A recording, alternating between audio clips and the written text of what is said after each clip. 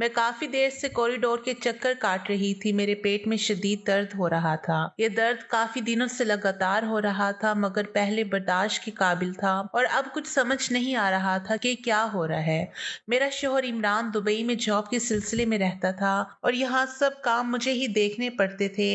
घर के बाहर अभी भी मुझे अकेले ही आना पड़ा और इसी बात से मुझे और तकलीफ हो रही थी।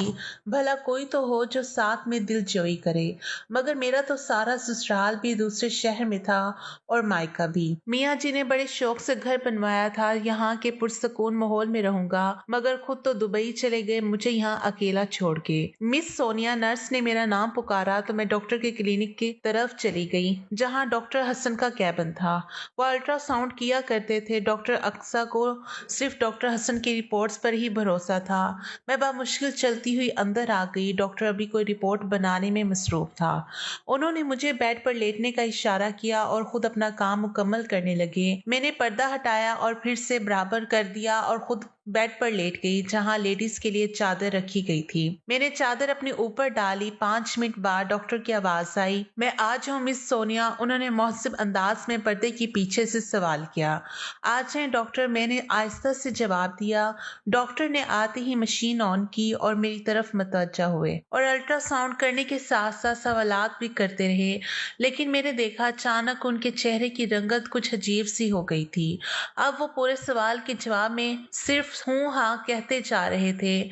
उनके चेहरे पर जो तशवीश के आसार थे, मैं तो काफी घबरा गई। क्या हुआ डॉक्टर, मैंने घबरा के पूछा। तो वो काफी देर तक चुप रहे और बोले, आप एक काम करें, कल मेरे क्लिनिक आ जाएं, बस यहाँ नजदीक है इस जगह, तो मैं डॉक्टर अक्सा के कहने पे आया करता हूँ। आपसे सारी बात मैं आराम से करूंगा, फिलहाल आप घर चली जाएं। डॉक्टर रिपोर्ट्स बनाने लगा और मुझे एक बार गौर से देखा और फिर रुख मोड़ लिया। मगर डॉक्टर, मुझे बहुत तकलीफ हो रही है, मैं कब तक बर्दाश्त करूं? मैंने थोड़ा सा गुस्से से कहा। तो वो कहने लगी, मैं डॉक्टर को बता देता हूँ, वो आपको आज के लिए मेडिसिन दे देंगी, अभी आप जाएं। मैं गुस्से से बाहर निकली। भला ये क्या बात थी, कुछ बता भी नहीं रहा था, ऊपर से अपने क्लिनिक आने का कह दिया।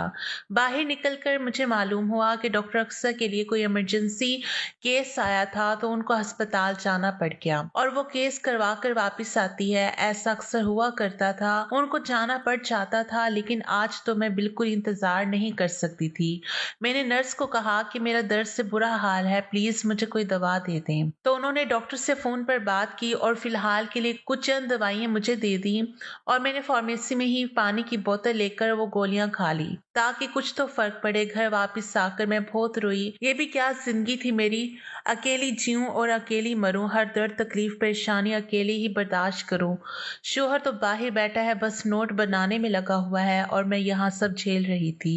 मैं काफी देर तक रोती रही। कुछ देर बाद इमरान की कॉल आई तो मैंने सारा गम व गुस्सा उन्हीं पर निकाल दिया। वो काफी देर तक मुझे समझाते रहे, मगर मैं कुछ सुनने को तैयार ही नहीं थी। मैंने फोन काट दिया था और मैं काफी बेहतर महसूस कर रही थी। शायद दवाई ने भी असर किया था, जो दर्द भी कम होते होते खत्म हो गया था। अब मुझे सुबह फिर जाना था डॉक्टर हसन के क्लिनिक पर। इन्हीं सोचों में मुझे नींद आ गई। मैं सुबह उठी तो मेरा मूड बहुत फ्रेश हो रहा था। मुझे लग रहा था कि मुझे आराम की दवाई भी दी थी डॉक्टर ने, तभी तो मैं अब सुकून से सो पाई थी और दर्द भी कम था, मगर फिर भी हो रहा था। मैंने मुलाजमा से नाश्ते का पूछा तो वह जल्दी से मेरा मनपसंद नाश्ता बना लाई। मुझे भूख भी लगी हुई थी और इसी तरह रोजमर्रा के कामों में शाम हो गई और मैं डॉक्टर के क्लिनिक की तरफ जाने को तैयार हो गई। कुछ ही देर में मैं वहां पहुंच चुकी थी। डॉक्टर ने मुझे क्लिनिक में बुलाया और बैठने का कहकर दरवाजे को बंद कर दिया। मैं बेचैन हो गई कि उन्होंने दरवाजा क्यों बंद किया है और वो जल्दी से भागते हुए मेरे पास आए और जो कुछ उन्होंने मुझसे कहा, मेरे तो होश ही उड़ गए। मेरा नाम सोनिया है और मैंने एक खुशहाल घराने में आंख खोली थी और मैं सोने का चम्मच मुंह में लेकर पैदा हुई थी। बाबा को लगता था कि मैं उनके नसीब खोलने आई हूँ। मैं जैसे ही पैदा हुई, बाबा को एक बहुत बड़ा कॉन्ट्रैक्ट मिला था। वो तसव्वुर भी नहीं कर सकते थे और इसी प्रोजेक्ट की वजह से वो कहां से कहां पहुंचते चले गए। उनका छोटा सा कारोबार अब बहुत फैल चुका था। मेरे पापा मुझे प्यार से लाडो कहकर बुलाते थे। मैं बहुत नाज प्यार में पली बढ़ी थी। रुपए पैसे की कोई कमी ना हुई थी, मगर मेरी जवानी पर कदम रखते ही मुझे एक अजीब सा एहसास हुआ था। मुझे महसूस होता था कि हमारे घर में कोई ऐसा राज छुपा है जो मुझे कभी मालूम ना हुआ था, मगर कुछ तो था जिसकी पर्देदारी थी। मैं बाबा और मम्मा को कई बार अकेले में किसी बात पर बहस करते हुए देखा करती, मगर वो मुझे देखकर ही खामोश हो जाया करते थे। मैं चाहकर भी उनसे ये राज मालूम ना कर पाई। कॉलेज के बाद जब मैं अपनी छुट्टियां गुजार रही थी तो मैंने नोट किया कि बाबा के घर से जाते ही मम्मा ड्राइवर को गाड़ी निकालने का हुक्म देती और उनके साथ कहीं चली जाती। पहले तो मैंने गौर नहीं किया, मगर फिर एक दिन जब मैंने पूछा तो मम्मा हड़बड़ा गई और कहा, बेटा मैं जहाँ जाती हूँ मैं आपको नहीं बता सकती। उनकी इस बात पर मैं अजीब नजरों से उन्हें देखने लगी। मम्मा ऐसी क्या बात है जो आप मुझे नहीं बता सकती?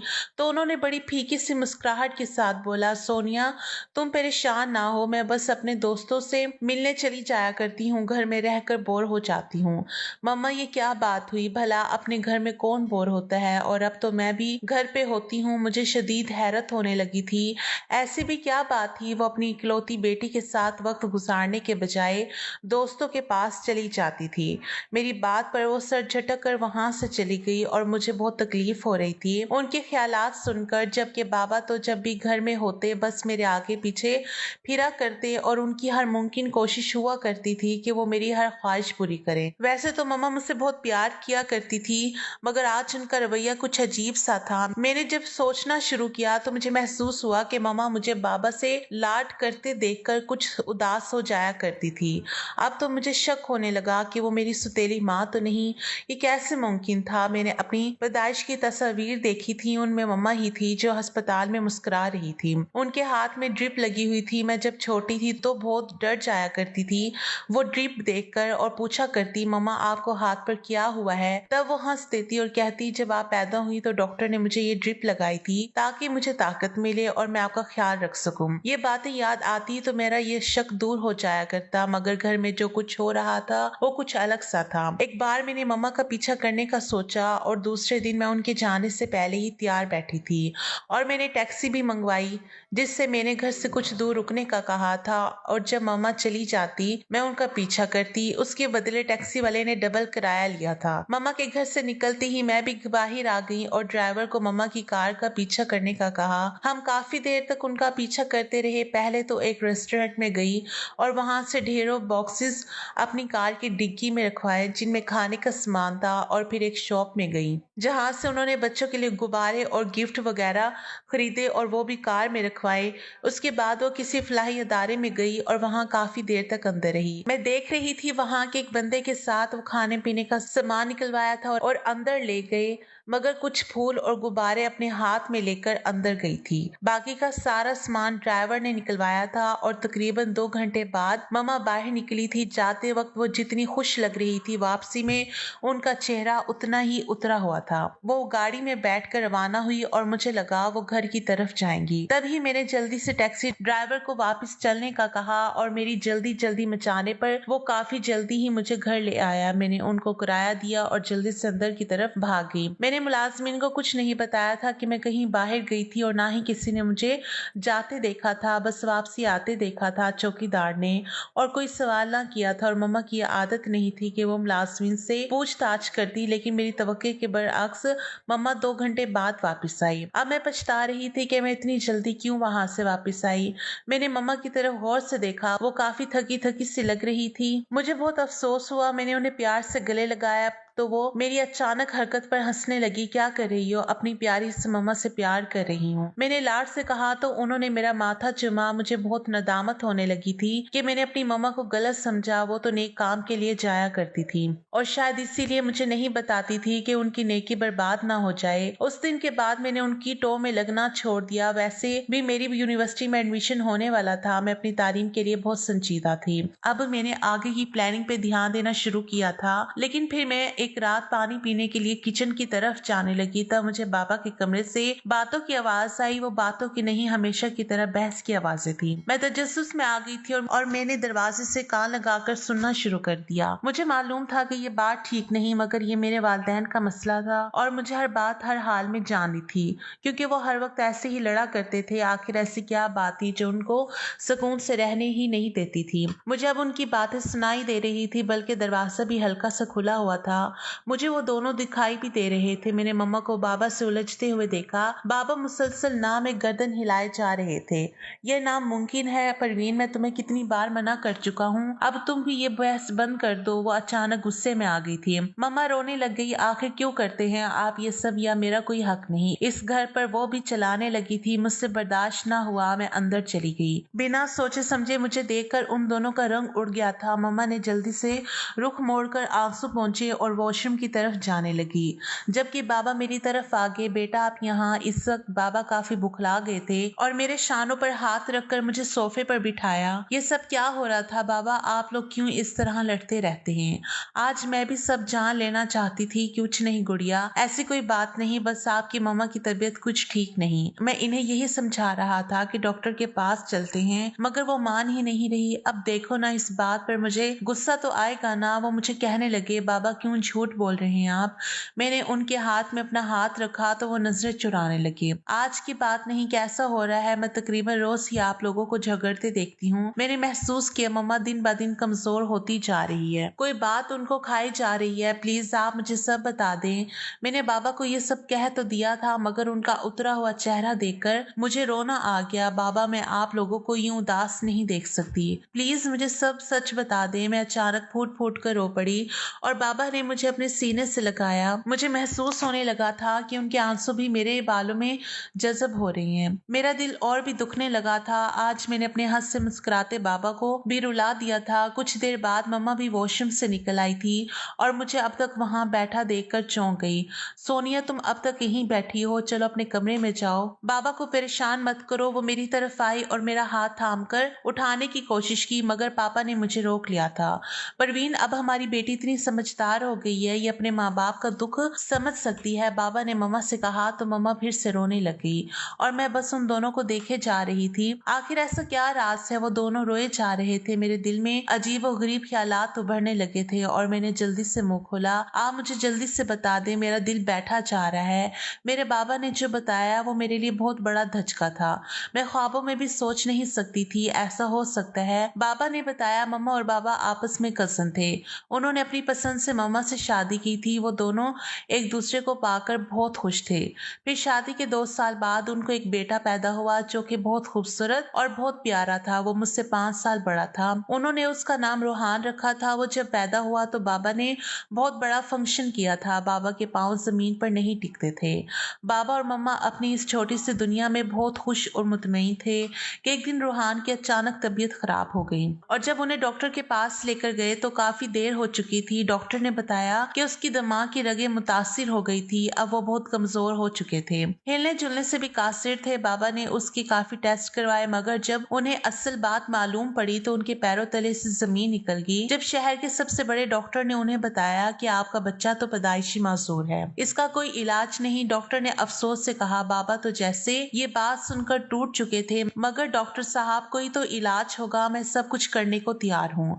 देखिए मैं आपको मशवरा देता हूँ, अब आप दूसरा बच्चा पैदा करने की कोशिश ना ही करें तो अच्छा है, क्योंकि आपकी कजन मैरिज है। जैसे कि आपने बताया कि आप दोनों के वालिदैन भी कजन थे, तो ये सब उसी वजह से है। कजन मैरिज अगर 3 नस्लों तक ट्रांसफर होती रहे तो कई मुश्किलात का सामना करना पड़ता है। जैसे कि किसी को तो औलाद ही नहीं होती, किसी को होती है तो जिंदा नहीं रहती, या कोई दिमागी खलल या फिर कोई और बीमारी लग जाती है। आपके साथ भी बदकिस्मती से यही हुआ है। डॉक्टर की बात सुनकर मम्मा और बाबा बिल्कुल टूट चुके थे। मम्मा तो बिल्कुल खत्म हो गई थी, सारा दिन बच्चे के साथ लगी रहती, उनको कोई होश ना था। उनके कपड़े कई दिन तक मैले हो जाया करते, मगर उनको ख्याल ना होता। रोहान जब 5 साल का हुआ तो अचानक मम्मा की तबीयत खराब रहने लगी, तो मालूम हुआ कि वो फिर से उम्मीद से थी। बाबा सख्त तैश में आ गए थे। उन्होंने वो बच्चा गिराने की बहुत कोशिश की, मगर मम्मा की जान को खतरा था और यूं मैं इस दुनिया में आ गई, और वो भी बिल्कुल सही सलामत। उन दोनों के दिल में जो खदशा था वो सब अपनी मौत आ मर चुके थे। मुझे पाकर जैसे उनको नई जिंदगी मिल गई थी, मगर मम्मा अभी रूहान के लिए बेचैन रहा करती थी और उनका हल बाबा ने ये निकाला, उसे एक फलाई अदारे में भेज दिया। बाबा ने उनको ढेरों रकम दी थी और भाई के लिए मखसूस कमरा भी तामीर करवाया था और जरूरत की हर चीज मुहैया की थी। अपने खास मुलाजिम भी उनकी देखभाल के लिए रखे थे, मगर मम्मा इस बात पर राजी नहीं थी। उनका दिल खून के आंसू रो रहा था जब बाबा ने जबरदस्ती रोहान को वहां भिजवाया था ताकि मुझ पर कोई गलत असर ना पड़े, इतने सालों बाद मम्मा रोज अपनी ममता से मजबूर होकर भाई से मिलने जाया करती थी। वहीं उसे बैठे देखकर खुश हो जाया करती। मम्मा देर तक उनके पास बैठा करती और अपने हाथों से खाना खिलाती, मगर बाबा अभी उनको घर वापस लाने पर राजी ना थे कि कहीं मेरे जहन पर असर ना पड़ जाए। वो मुझे ये बात भी मालूम नहीं होने देना चाहते थे, मगर आज मैंने वो राज जान लिया था कि क्यों मेरी मम्मा मेरे साथ होते हुए भी मेरे पास नहीं होती थी और बाबा इतने बुज़दिल कैसे हो सकते थे, अपने बेटे को खुद से दूर कैसे रख सकते थे और कभी उनसे मिलने भी ना गए थे कि उनसे अपने बेटे की यह हालत देखी ना जाती। अब वो जवान हो गया था, मम्मा रोज उसके पास जाती। उसको, उस मासूम को तो कुछ इल्म ही ना था। ये जानकर मुझे जितनी तकलीफ हुई थी वो मैं ही जानती थी। मैंने बाबा से जिद की कि हम कल ही भाई को यहाँ लाएंगे। इतना कुछ होते हुए वो क्यों किसी फ्लाई अदारे में रहे, मैं सोच सोच कर रोए जा रही थी और मेरी जिद पर मजबूर होकर दूसरे दिन बाबा भाई को घर ले आए। मुझे उन पर टूट कर प्यार आया। मैंने देखा कि मम्मा के चेहरे से खुशी झलक रही थी। आखिर इतने सालों के बाद वो अपने बेटे के साथ थी। अब हम दोनों माँ बेटी भाई का बहुत ख्याल रखते थे। मेरे भाई में भी काफी बदलाव आता जा रहा था। मैंने देखा वो पागल नहीं थे, बस उनका जहन छोटा रह गया था और वो खुद को छोटा सा बच्चा समझते थे और वो बातें भी किया करते थे। कभी कभी तो ऐसी बातें करते कि सियाने भी शर्मा जाए। अब बाबा भी खुश थे। मेरी रूहान से काफी दोस्ती हो गई थी। रोज चॉकलेट लेकर आती तो वो बहुत खुश होते। इस तरह दिन गुजरते गए और मेरे कजन का रिश्ता आया मेरे लिए, मगर बाबा ने पहली फुर्सत में ही उन्हें मना कर दिया। जल्द ही मेरी शादी इमरान से करवा दी। मैं उन्हें पाकर बहुत खुश थी। वो हर 7 माह बाद आया करते।